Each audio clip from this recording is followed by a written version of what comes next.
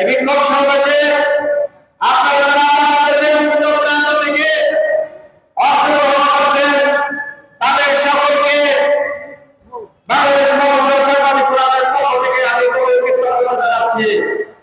প্রিয় সাংবাদিক বন্ধুগণ, স্বাধীনতা প্রাপ্ত বছর এই 53 বছর সময় অতিবাহিত হয়ে গেল, এদেশের সাংবাদিকদের সুরক্ষার জন্য কোনো আইন প্রণয়ন করা হয়নি।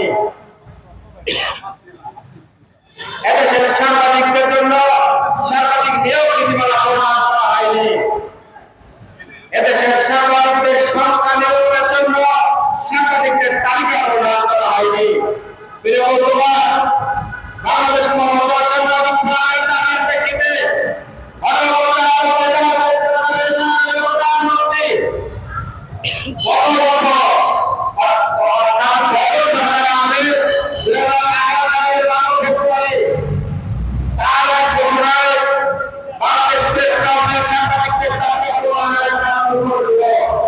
কিন্তু 18 সাল থেকে আজ 24 সাল 7 বছর অতিবাহিত হয়ে গেল, এদেশের সাংবাদিকদের তালিকা প্রণয়নের যে মহৎ কাজটি এবং আমাদের প্রধানমন্ত্রীর নির্দেশনা সেটা কিন্তু কখনো নয় এবং আমাদের প্রেস কাউন্সিল ভূমিকা হয়ে যাচ্ছে।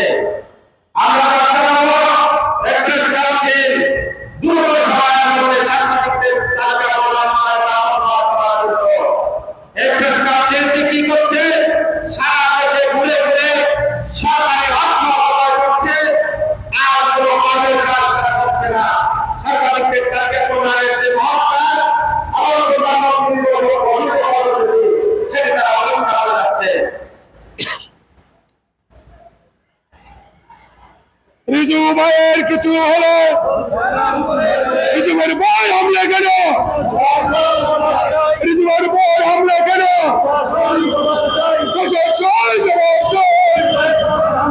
রিজু ভাইয়ের বই হামলা কেন?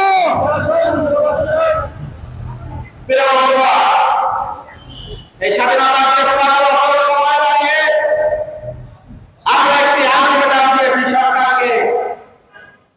সে আলটিমেটামটি হচ্ছে আগামী 3 মাসের মধ্যে মহান জাতীয় সংসদে সাংবাদিক সুরক্ষা আইন প্রণয়ন করা।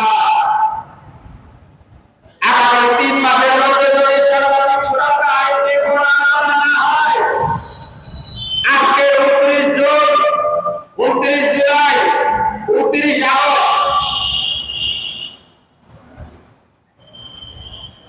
এরপরে আমরা 29 সেপ্টেম্বরের পরে 29 সেপ্টেম্বরের পরে অর্থাৎ 3 মাস পরে, এই 3 মাসের মধ্যেও যদি সাংবাদিক সুরক্ষা আইনটি প্রণয়ন করা হয় তাহলে আমরা সারা দেশ থেকে আন্দোলন শুরু করব সাংবাদিক সুরক্ষার জন্য।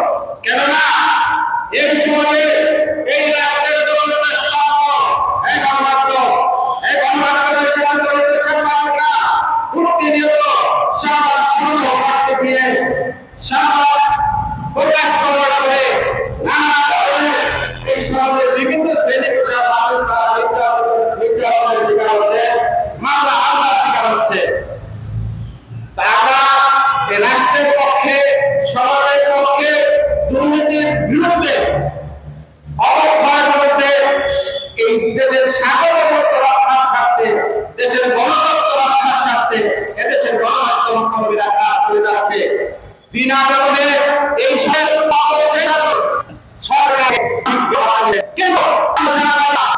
থেকে কোনো সুবিধা দিচ্ছে না।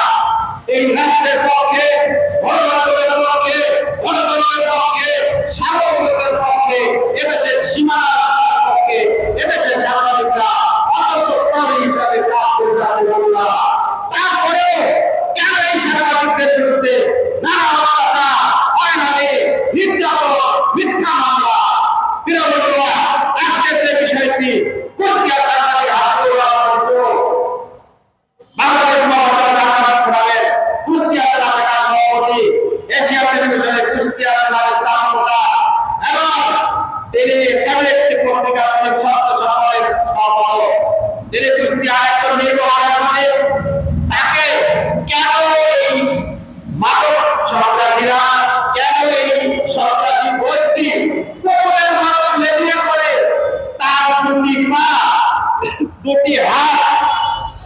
পিটিয়ে হাতুড়ি দিয়ে পিটিয়ে তাকে তার চারটি হাত পা ভেঙে দেওয়া হয়েছে।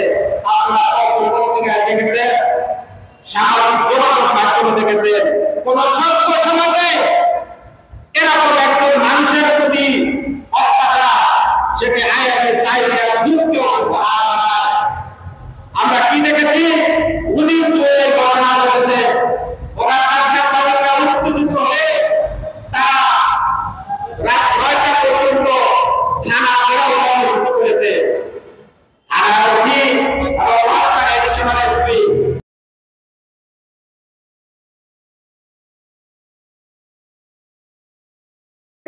সাংবাদিক একটি ভ্রাতৃপ্রতিম সংগঠন, ভাই ভাই সংগঠন, সেই জায়গা থেকে কিন্তু পুলিশের যে প্রতিশ্রুতি সেটা কিন্তু সাংবাদিকদের সাথে রাখেনি। যার ফলে গণপরিষদের তারা আদালত থেকে জামিন নিয়ে বিভিন্ন জায়গায় ঘুরে বেড়াচ্ছে। আর দ্বিতীয় পঙ্গু হয়ে তার হাত তার পা রশি দিয়ে বেঁধে ইট দিয়ে বেঁধে তাকে রাখা হচ্ছে। ঢাকা করা হয় গণপরিষদের এক পায়ে অপারেশন হয়েছে, একটি পা অপারেশন করতে 3 লক্ষ টাকা পে করতে হয়েছে, আর একটি পা অপারেশন করতে আরো 3 লক্ষ টাকা লাগবে। এরপরে আর 2টি হাত, অর্থাৎ লক্ষ লক্ষ টাকা এই হাতগুলো কি কারণে হচ্ছে? এই যে বাহিনী তাকে হত্যার চেষ্টা করেছিল প্রকাশ্যে একটি বাজারের মাঝে, সে ভিডিও চিত্র কিন্তু সাধারণ মাধ্যমে ভাইরাল হয়েছে। অর্থাৎ পাশের একটি বাসার ছাদ থেকে যে হিন্দুদের হত্যা চেষ্টা করা হয়েছিল সেই পুরো ভিডিও পাশের একটি বিল্ডিং এর ছাদ থেকে একজন নারী সেই ভিডিওটি ধারণ করেছিল। সেই ভিডিওটি এখন গোটা দেশে ভাইরাল হয়েছে, যেখানে তাকে যেভাবে পিটিয়ে মোটরসাইকেলের তলে ঢেলে তাকে আলাদা পিটানো হয়েছে। কেউ ওই নির্মম নির্যাতনের পাশে তাকে রক্ষা করতে কেউ এগিয়ে আসার সাহস পায়নি।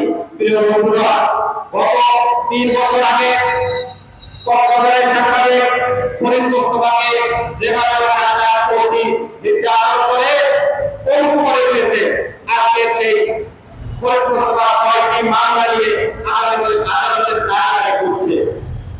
প্রিয় বন্ধুরা,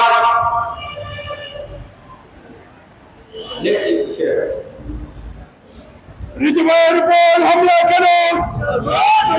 প্রশাসন জবাব দেয়। রিজওয়ানের উপর হামলা কেন? প্রশাসন জবাব দেয়। রিজওয়ানের উপর হামলা কেন? প্রশাসন জবাব দেয়। রিজওয়ানের উপর হামলা কেন? প্রশাসন জবাব দেয়। রিজওয়ানের উপর হামলা কেন?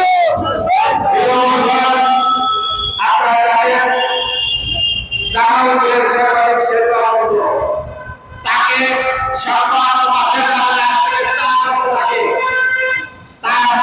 তাকে ডেকে নিয়ে তাকে প্রকাশ্যে মারধর করে তার 2টি পা 2টি হাত ভেঙে চুরমার করে দেওয়া হয়েছে।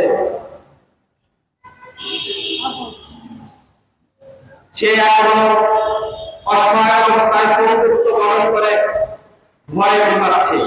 এরকম বাংলাদেশে প্রতিটা প্রান্তে প্রতিনিয়ত সাংবাদিকরা সংবাদ সংগ্রহ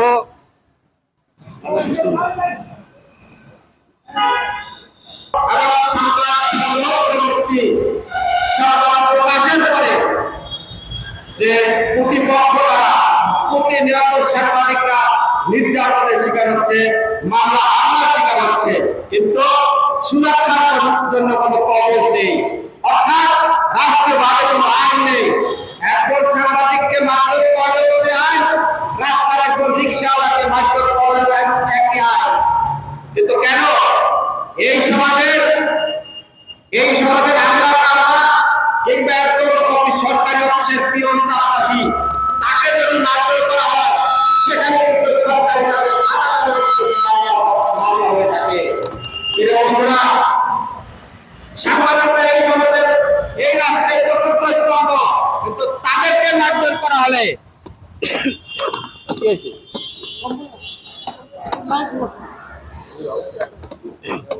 সে আইন ভোগ করে, তেমনি একজন সাংবাদিকও সেম সুযোগ ভোগ করে থাকেন। সাংবাদিকরা রাষ্ট্রের চতুর্থ স্তম্ভ। সেক্ষেত্রে এই দেশের ঘুষ, দুর্নীতি, অন্যায়, অনিয়ম, দেশের সার্বভৌমত্ব, দেশের সম্পদ রক্ষার জন্য সাংবাদিকরা যদি শক্ত হাতে কলম চালাতে না পারেন, তাহলে এদেশের ঘুষ দুর্নীতির সংখ্যা বেড়েই যাবে। আপনারা দেখেছেন বর্তমানে যে আলোচিত বিষয় মতিউর কাহিনীর রাজস্ব বোর্ডের অফিসার, এই রাজস্ব বোর্ডের অফিসারের যে দুর্নীতিচিত্র, এটি কিন্তু সাংবাদিকরাই তুলে ধরেছে। এদেশে রাষ্ট্রের হাজার কোটি টাকা বেতন ভাতা নিয়ে তারা কিন্তু চিত্র তুলে ধরতে পারেননি। এই চিত্র তুলে ধরেছেন এই তুলে ধরে তারা যারা রাষ্ট্রকে কোনো সুবিধা পান না, সেই সংখ্যায় এদের চিত্র তুলে ধরে। আমরা বলতে চাই, মহান স্বাধীনতার সপক্ষে, মুক্তিযুদ্ধের সপক্ষে, আমরা এদেশের এই রাষ্ট্রের সপক্ষে, এদেশের স্বাধীনতার সপক্ষে, এদেশের সার্বভৌমত্ব রক্ষার সপক্ষে, এদেশের সম্পদ রক্ষার সপক্ষে, এদেশের সাংবাদিকদের মর্যাদা রক্ষার সপক্ষে, সাংবাদিকদের তাদের মর্যাদা রক্ষায় বাংলাদেশ মহাসভার সাংবাদিকরা বসে থেকে 14 লক্ষ দাবি হয়েছে। এই দাবি মানবে সরকার গণতান্ত্রিক সমিতি অবিলম্বে আমরা মেনে নেওয়ার দাবি জানিয়ে আজকের সবশেষ আবারও বলে দিতে চাই, আগামী 29 সেপ্টেম্বর করে যদি বর্তমান সরকার সুরক্ষা আইন প্রণয়ন না করেন, তাহলে বাংলাদেশ সাংবাদিক সংগঠন সাথে নিয়ে এবং কৃতজ্ঞতা জানিয়ে আপনারা সকলের প্রতি কৃতজ্ঞতা, ধন্যবাদ। জয় বাংলা।